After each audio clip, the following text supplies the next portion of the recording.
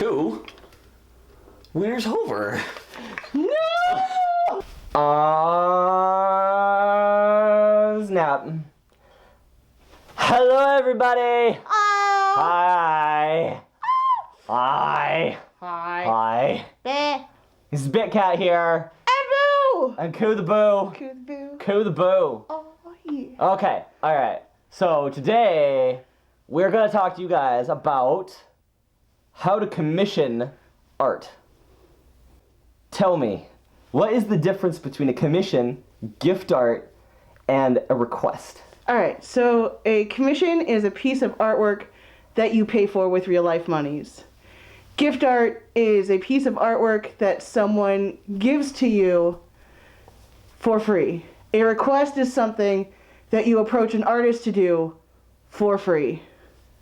Now, say I want free arts. And I say, could you do this art piece for me? Blah-de-blah, blah-de-blah, blah. What should I expect to hear more often than not? More often than not, you'll hear, "Thank you for your interest.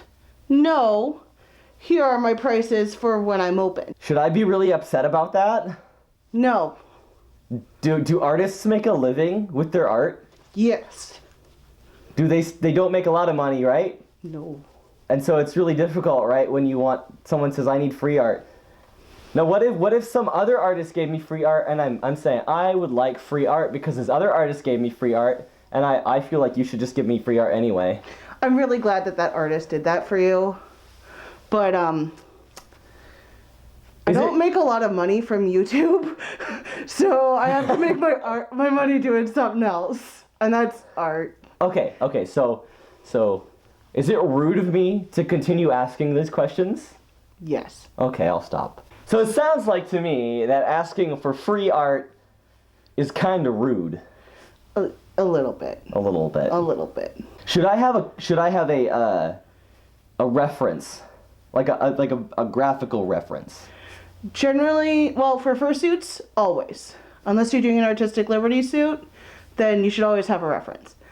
But if you're getting your first piece of artwork, a concise written description with the key points, like the things that are important, like I have 2 colored antlers, and I have head poof, and I have a heart on my nose.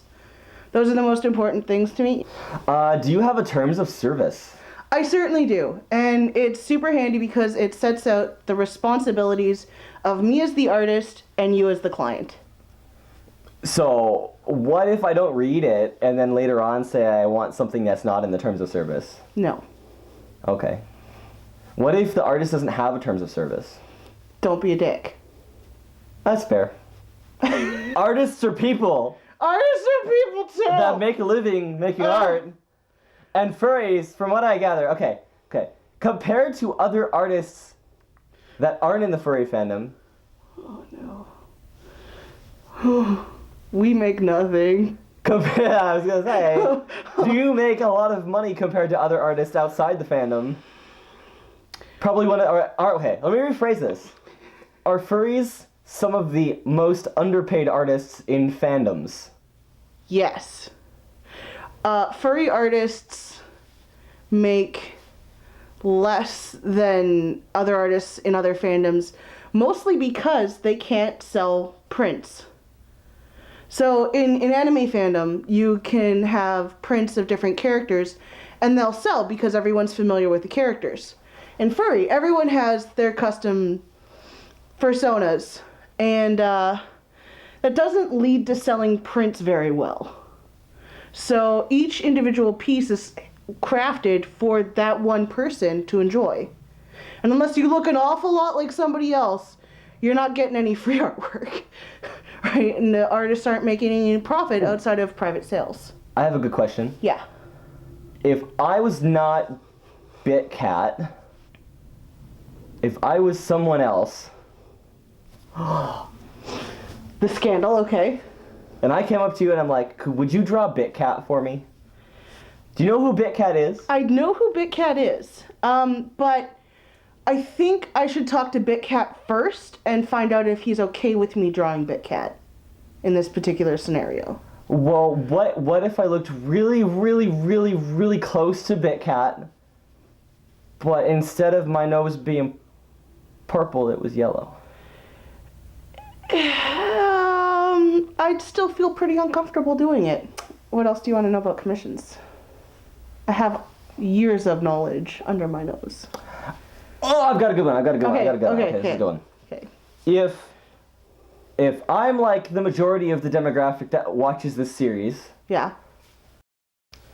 meaning I don't have a job, I'm relatively young, and I really want art of my own, what should I do? Grab a pencil and a sketchbook. And then go to her channel and check out the thing. There's a link somewhere in this here, general area, somewhere.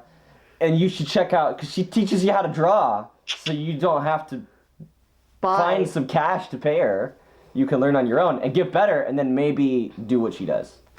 Definitely. I teach how to draw. I'm working on a series on furry faces.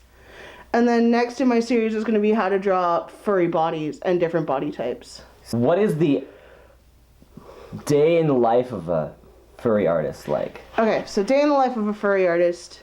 I'm a little bit atypical because I have at my house a tiny human that I made myself. But I get up, I have breakfast, I sit at my computer at like 10 in the morning-ish. I respond to client emails, I do a little bit of instant messaging between me and clients to figure out what they want for the day, and then I go to work. And I work from like 11 o'clock until, I can work until 7 o'clock at night, and then I like take a break to eat. And then I work from like 7 o'clock at night until about 11 o'clock. And then I call it quits and I go to bed. How did you get started in taking commissions and doing furry arts? And more importantly, if other people out there want to be artists and want to get started doing this, what should they do? Okay. So I got started taking commissions when I was about 16.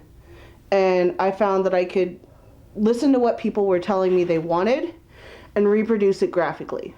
Now, it's taken me 10 years to get to where I am now, where I have a steady enough income that I don't have to worry, about what's happening next. I still rely on Patreon, on commissions, on YouTube to make money, but, and I'm not making it hand over fist. I have to really work, but keep drawing, be persistent, be consistent. If you can, upload a picture every day. It builds your base, like your fan base. Self-promote on Twitter, on Instagram. Post your artwork everywhere you can think of. Everywhere. Flood the internet with your artwork. I'm a client. Yeah. And I've paid you money. Yeah. Hypothetical situation. Hypothetical money. And it's been a while and they still haven't delivered on the arts. What should I do? Well, there's a couple of things. First, make sure that you're sending it to the right email address. If you're sending it over a note system, like Furfinity has or DeviantArt, try finding the artist's email and reach directly to their email or to the PayPal address you paid it to. If you still don't hear back, within 45 days you can make a PayPal chargeback. As long as you sent it as goods and services. If you sent it as family or friends, you're not getting your money back. Personal gripe. Don't do that. Don't do send that. it family and friends unless you are actually close, good friends with them. Don't do it. Just it's don't a do bad it. idea. Because is it common for artists to take on more work than they actually thought they could take on? Yes. I've done this myself. Don't do it. If you're an artist watching this video, keep your queue, the number of people you have waiting, short. It creates demand for your product, and keeps your busyness down to a reasonable level. Manageable level. Manageable level, thank you. But anyway, if you haven't heard from your artist, try reaching out to their PayPal email, the one you sent the money to. If you have them on instant messaging clients, reach out to them there. And if everything else fails, reach out to the Artist Beware community on LiveJournal. I've seen that forum make stuff happen. I've also seen it be used as a tool for drama, but it can make your artist come out of the woodwork. Last question. Okay. What is an appropriate way to approach an artist for a commission who may or may not have their slot shown as being open?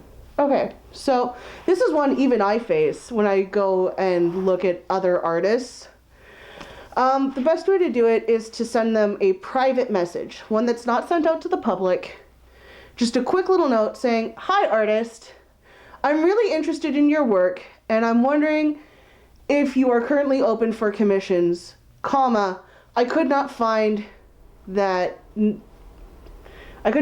notice saying that you were on your webpage.